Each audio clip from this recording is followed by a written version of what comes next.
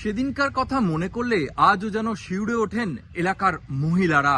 নজরে পড়লেই এলাকার মেয়েদের তুলে নিয়ে গিয়ে ফাঁকা মাঠে আমবাগানে ঘেরা সুখসাধুর আখড়ায় করা হতো গণধর্ষণ।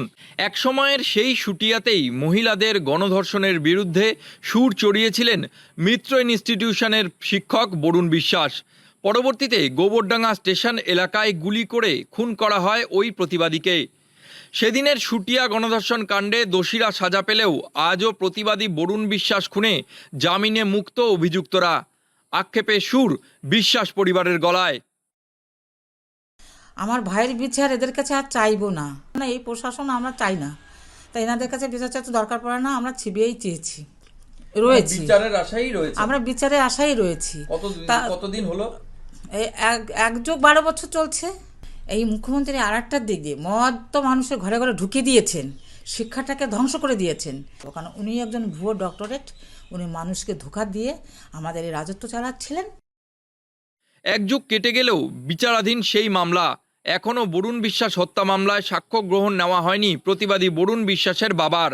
দীর্ঘ বেশ কয়েক বছর ধরে আদালতে গেলেও নেওয়া হয় না সাক্ষ্য বলে দাবি পরিবারের।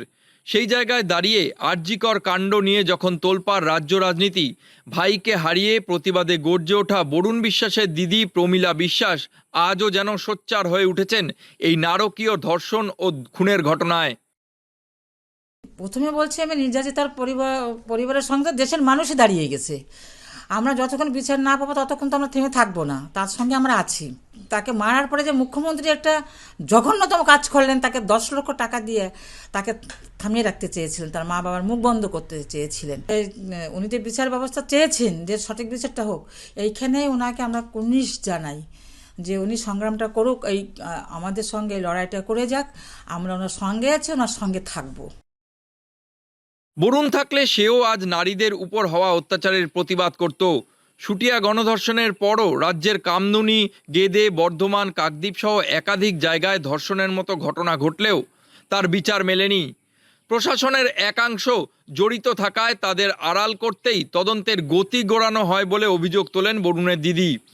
এর দায়ভার পুলিশ মন্ত্রী তথা রাজ্যের প্রশাসনিক প্রধান মুখ্যমন্ত্রীর উপরই বর্তায় বলেও তিনি এদিন অভিযোগ করেন। শুধু আরজিকর হাসপাতাল নয়, রাজ্যের প্রতিটি হাসপাতালের পাশাপাশি নারীদের সুরক্ষায় প্রশাসন নিরপেক্ষ ভূমিকা পালন করুক। নারীদের উপর হওয়া অত্যাচারের দৃষ্টান্তমূলক শাস্তি হোক অপরাধীদের। ঘরে একটা সুন্দরী মেয়ে বউ থাকলে সেটাকে সন্ধ্যার পরে তাকে যেভাবে, ওইখানে একটা বাগান ছিল, সেই বাগানে টেনে নিয়ে যেত। সুখসাধুর ভিটে বলতো। মানে রাত্রিবেলা বেরোতে মহিলারা ভয় পেতেন? রাত্রেবেলাকে দিনের বেলায় ধরে নিয়ে যেত, কেউ কিছু বলতে পারতো না। আমার এইখানে বিচুলির গাদা ছিল, সেই গাদার তলে নিয়ে বোমের ব্যাগ রেখে দিত। আমি বলতাম, বাবা ওগুলো তোরা সরা, আমার ভয় লাগছে। কোনো ভয় নাই, চুপচাপ থাকবেন। আমাকে আবার কিছু বলতে পারতেন না? না, কিছু বলতে পারতাম না। বদল হলো কই, আবার তো তাই শুরু হচ্ছে। আবার সেই বদল আগে যা ছিল তার থেকেও বিপরীত হচ্ছে এখন। বরুণ থাকলে কি হতো? বরুণ থাকলে আন্দোলনটা আরও জোর হতো, ঝাঁপিয়ে পড়তো সমস্ত লোক। এখন তো ভয়ে কেউ আসছে না, এখন ভয়ে কেউ প্রতিবাদী মঞ্চের কাছে আসছে না। কিন্তু বরুণ থাকলে তখন লোকজন ডাকতে হতো না, ঝাঁপিয়ে পড়তো বরুণের পিছনে সব। বরুণ থাকলে হয়তো আরজিকরের মতো ঘটনাও ঘটতো না। প্রতিবাদীকে মেরে যেন দুষ্কৃতীদেরই প্রশ্রয় দিয়েছে রাজ্যের শাসক দল। রাগ, ক্ষোভ, ব্যথা বুকে চেপেই এখনও চোখে জল নিয়ে বরুণের ছবির দিকেই তাকিয়ে থাকেন অসময়ে। ভাইকে খোঁজেন প্রতিবাদীদের মাঝেই। ইতিমধ্যেই আরজিকরের ঘটনার পর ছুটে গিয়েছেন তিনি সহ অন্যান্য প্রতিবাদীরা। পরবর্তীতে নির্যাতিতার পরিবারের সঙ্গেও সাক্ষাৎ করার ইচ্ছে রয়েছে তাদের। তবে আদেও কি মিলবে বিচার? শাস্তি পাবে প্রকৃত দোষীরা? আরজিকর কাণ্ড নিয়ে যেখানে তোলপাড় রাজ্য, সেই জায়গায় দাঁড়িয়ে একসময় এই শুটিয়ায় ঘটেছিল গণধর্ষণের মতো ঘটনা। সেই প্রতিবাদ করতে গিয়েই খুন হতে হয় বরুণ বিশ্বাসকে। তবে আজকে যখন রাজ্যের চারিদিকে আন্দোলন ছড়িয়ে পড়েছে, সেই জায়গায় দাঁড়িয়ে বরুণ বিশ্বাসকে খুঁজছে শুটিয়া। উত্তর 24 পরগনা থেকে রুদ্রনারায়ণ রায়, লোকাল 18 বাংলা।